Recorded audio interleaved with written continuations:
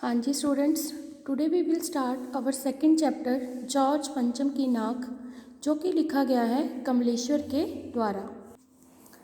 इस पाठ में एक ऐसे व्यक्ति के बारे में बताया गया है जिसके हमारे देश भारत में कोई मान सम्मान नहीं है। जॉर्ज पंचम, जो कि इसके नाम से ही पता चलता है कि यह एक अंग्रेज अधिकारी है।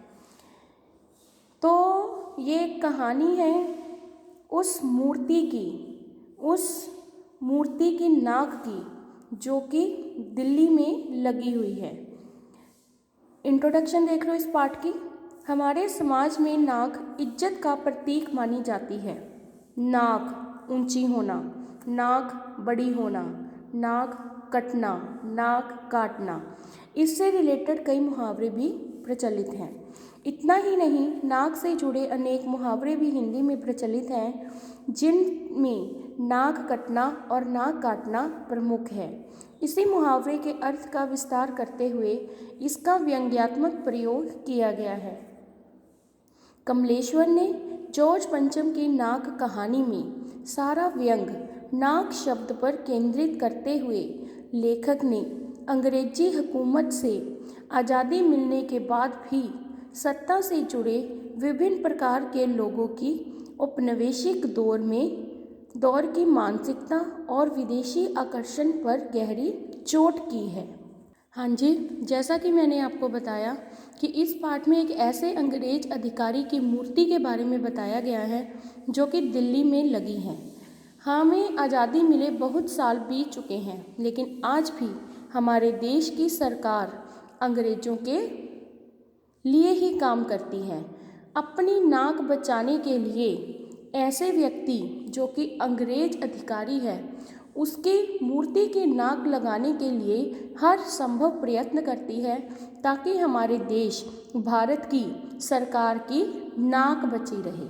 इसमें सरकारी तंत्र पर व्यंग किया गया है, हमारी गवर्नमेंट पर व्यंग किया गया है कि चाहे हमारे देश को आज़ादी मिल चुकी है, लेकिन फिर भी हमारे देश की सरकार अंग्रेज़ों के लिए कुछ भी करती है। और साथ साथ ये भी बताया गया है कि किस प्रकार सरकारी तंत्र पहले अपना कोई भी काम समय पर नहीं करती, और बाद में जब उनसे उसका उत्तर मांगा जाता है तो हर कोई अपनी जिम्मेवारी के पीछे हटकर उसका इल्ज़ाम दूसरे पर ही डाल देना चाहता है।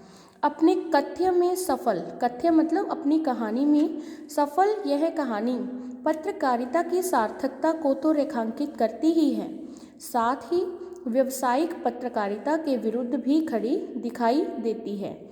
कथाकार के साथ साथ कमलेश्वर का सफल पत्रकार का रूप भी यहाँ देखा जा सकता है कि कमलेश्वर एक सफल लेखक कहे जा सकते हैं। हाँ जी, इस पाठ का नाम है जॉर्ज पंचम की नाक। कहानी के बारे में जानते हैं कि क्या लिखा गया है। यह बात उस समय की है जब इंग्लैंड की रानी एलिजाबेथ द्वितीय मई अपने पति के साथ हिंदुस्तान पधारने वाली थी।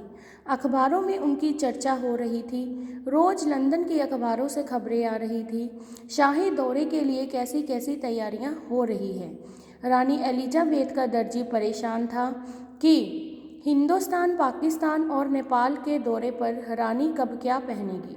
उसका सेक्रेटरी और शायद तूफानी दौरा करने वाला था।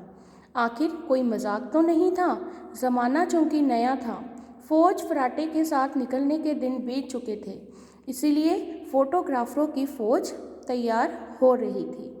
हाँ जी, उस समय की बात है जब इंग्लैंड की रानी एलिजाबेथ द्वितीय मतलब सेकंड, जो इंग्लैंड की दूसरी रानी थी एलिजाबेथ, जब उन्होंने भारत आना था, जब भारत के लोगों को पता चला कि रानी भारत आ रही है, यहाँ आकर वो भारत, पाकिस्तान और नेपाल का दौरा करेगी, तो इंग्लैंड में उनके दर्जी, जो उनके सारे नौकर थे, वो तो परेशान थे कि रानी क्या पहनेगी, क्या खाएगी, उनके रहने का इंतज़ाम कैसे होगा।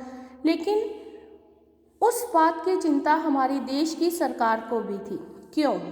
इंग्लैंड के अखबारों की कतरने अर्थात टुकड़े, अखबार के हर पेज पर, हर टुकड़े पर हिंदुस्तानी खबरों में दूसरे दिन चिपकी नजर आती थी।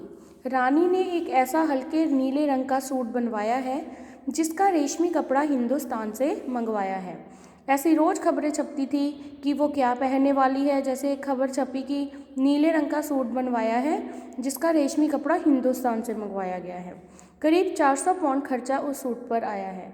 रानी एलिजाबेथ की जन्म पत्री छपी।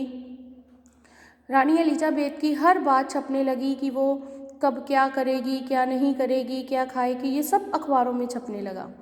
प्रिंस फिलिप के कारनामे छपे और तो और उनके नौकरों, बावर्चियों, खानसामों, अंगरक्षकों की पूरी पूरी जीवनियाँ देखने में आई। नौकर, बावर्ची खाना पकाने वाले, खानसामे भी खाना पकाने वाले होते हैं, अंगरक्षक उनकी रक्षा करने वाले, उन लोगों तक की जीवनियाँ छप गई कि कौन क्या कर रहा है। शाही महल में रहने और पलने वाले कुत्तों तक की तस्वीरें अखबारों में छप गई। बड़ी धूम थी, बड़ा शोर शराबा था। शंख इंग्लैंड में बज रहा था, गूंज हिंदुस्तान में आ रही थी। इन खबरों से हिंदुस्तान में सनसनी फैल रही थी। राजधानी में तहलका मचा हुआ था। जो रानी 5,000 रुपये का रेशमी सूट पहनकर पालम के हवाई अड्डे पर उतरेगी, उसके लिए कुछ तो कुछ होना ही चाहिए। हाँ जी, तो रानी की सारी कहानियाँ छपने लगी कि वो क्या पहनने वाली है, क्या कहाँ रुकने वाली है, क्या खाने वाली है। तो बहुत कुछ होना ही चाहिए, जिसके बावर्ची पहले महायुद्ध में जान हथेली पर लेके लड़ चुके हैं, उसके शानो शौकत के क्या कहने।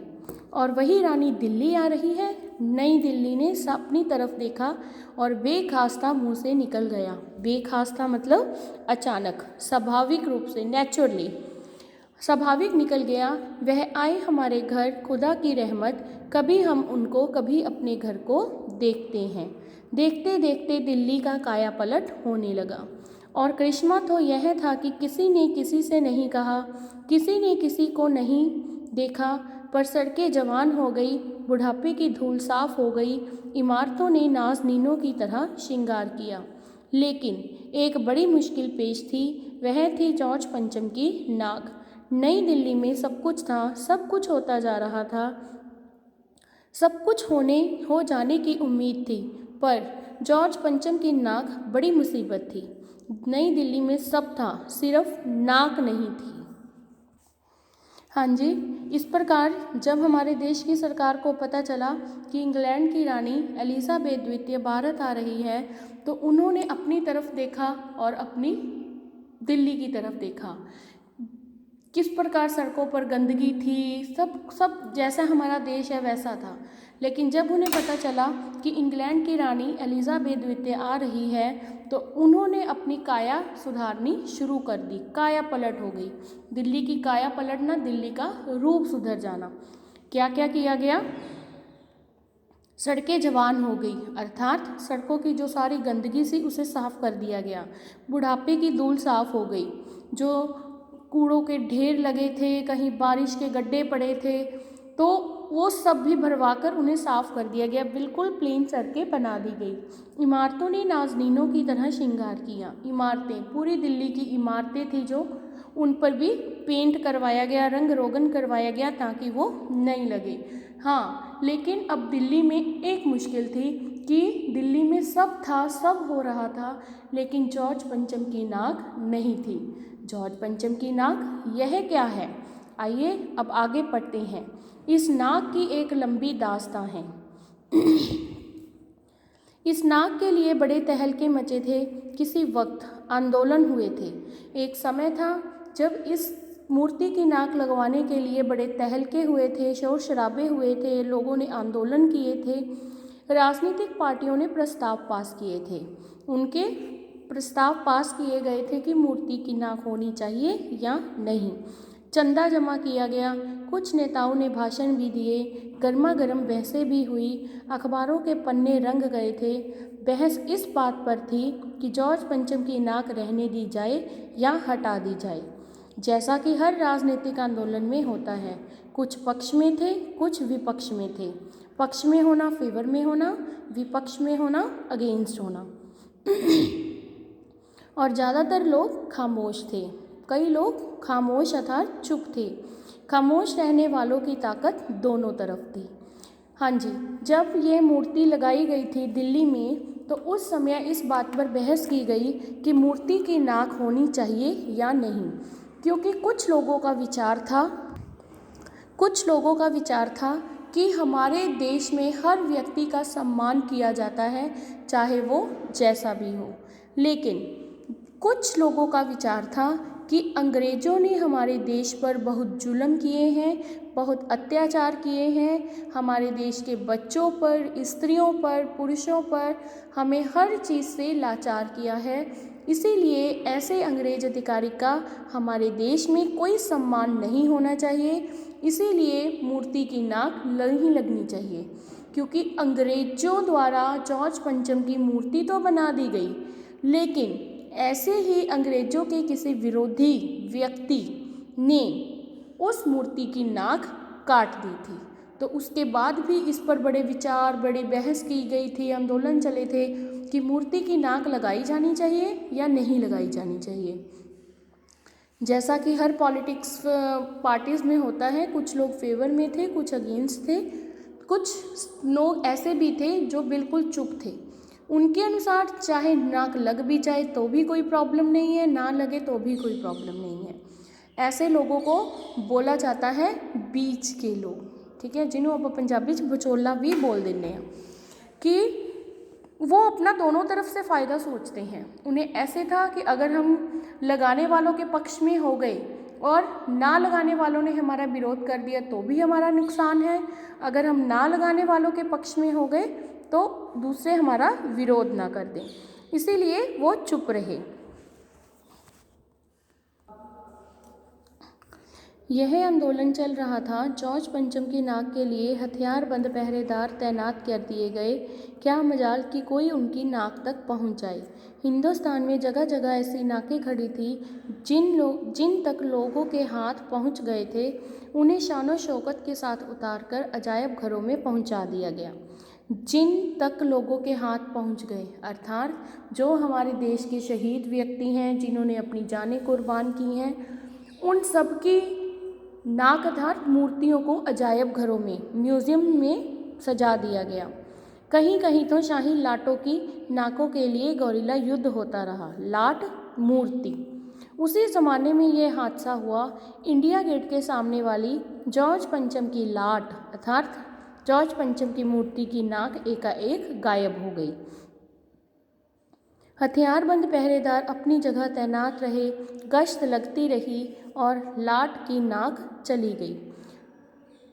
कोई व्यक्ति था जिसे अंग्रेज़ों के प्रति गुस्सा था, उसने क्या किया, मौका देखकर जॉर्ज पंचम की नाक की मूर्ति की नाक उतार दी अर्थात काट दी, उसका बेइज्जती की।